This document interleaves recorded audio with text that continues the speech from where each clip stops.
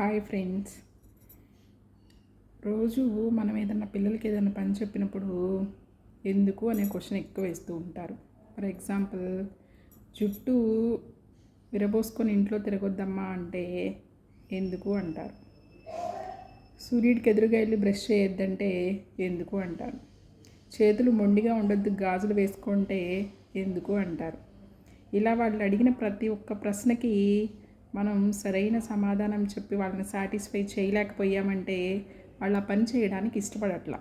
ఇంతకుముందు మన జనరేషన్లో అనుకోండి, మనం గుడ్డిగా ఫాలో అయిపోయాం. చేయొద్దు అంటే నో, చేయొద్దు అంతే. కానీ ఇప్పుడు వాళ్ళు అలా కాదు. మనం ఏం చెప్పినా దానికి కన్క్లూజన్ ఇవ్వాలి.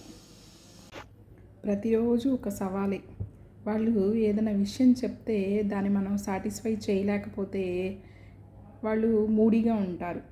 తర్వాత కొన్ని విషయాలు మనకి చెప్పడానికి కూడా ఇష్టపడరు అనమాట. ఎందుకంటే మనం వాళ్ళని సరైన ఆన్సర్తో సాటిస్ఫై చేయలేకపోతున్నాం కాబట్టి. ఒక చిన్న విషయం షేర్ చేస్తాను.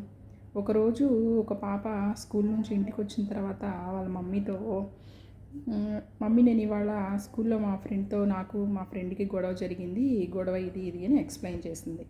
చేసిన తర్వాత అది చిన్న ఇష్యూలాగా అనిపించి వాళ్ళ మమ్మీ వదిలేవే ఏముంది దీంట్లో అని చెప్పారనమాట.